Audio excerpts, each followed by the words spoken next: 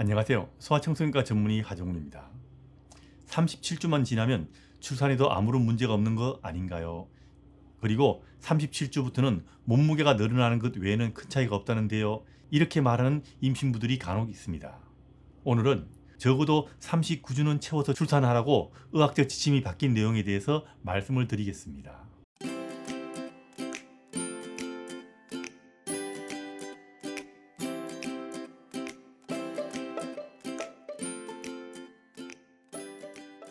최근 우리나라는 39주 이전에 출산한 아기들이 굉장히 많이 늘고 있습니다.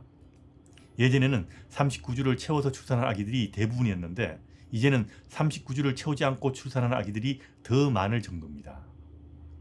정상적으로 그리고 자연적으로 아기를 낳는다면 39주 이전에 출산한 아기들이 더 많다는 것은 상상하기 힘든 일입니다. 그럼 이게 문제가 될까요? 문제가 될 수 있습니다. 예전에는 37주부터 만삭이라고 말하고 37주에서 41주 사이에 출산하면 된다고 생각했습니다.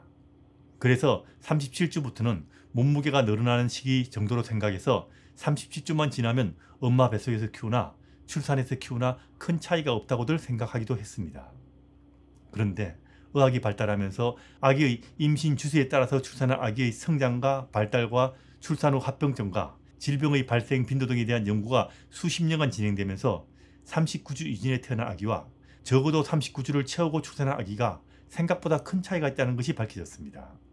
특히 두뇌는 임신 마지막으로 갈수록 급격하게 자라기 때문에 의학적으로 꼭 필요한 경우가 아닌 건강한 임신을 한 경우라면 가능하면 적어도 39주는 채워서 출산하는 것이 좋고요. 더 좋은 것은 40주는 채워서 출산하라는 것이 의학적으로 권장되고 있습니다. 이게 최근에 바뀐 겁니다. 37주면 된다는데요. 이렇게 이야기하시는 분들도 제법 있습니다. 그건 예전의 지침입니다. 의학적으로 필요한 경우가 아닌 건강한 임신인 경우는 적어도 39주는 채우라고 의학적 지침이 바뀐 지가 사실 한 10년 정도 되어갑니다. 간혹 이렇게 이야기하는 부모들도 있습니다. 우리 애기는 37주에 태어났는데 아무런 문제가 없었다고요. 물론 아기가 정상적으로 37주에 태어나오는 것은 어쩔 수 없는 겁니다. 이런 아기들은 일찍 태어난 것에 따른 핸디캡을 가지고 태어날 수밖에 없는 겁니다. 이렇게 태어나도 문제가 없는 아기도 있지만 39주를 채워서 태어난 아기들에 비해서 문제가 생길 확률이 더 높은 겁니다. 물론 두뇌 발달에서도 적어도 39주를 채우는 것이 도움이 될 겁니다. 이건 사실 부모가 봐서는 잘 구분하기 힘든 이야기입니다. 그래서 의학적으로 꼭 필요한 경우도 아닌데 날 잡아서 출산한다고 39주 이전에 낳기도 하고요. 39주를 기다리다가는 제왕절개 못할까봐 미리 제왕절개 하려고 39주 이전에 출산하는 부모도 있는데 이것은 의학적으로 권장되지 않는다는 것은 꼭 알아두시기 바랍니다. 물론 아기가 39주 이전이라도 저절로 나오거나 의학적으로 꼭 필요해서 37주 이전에 출산해야 한다면 이것은 어쩔 수 없는 겁니다.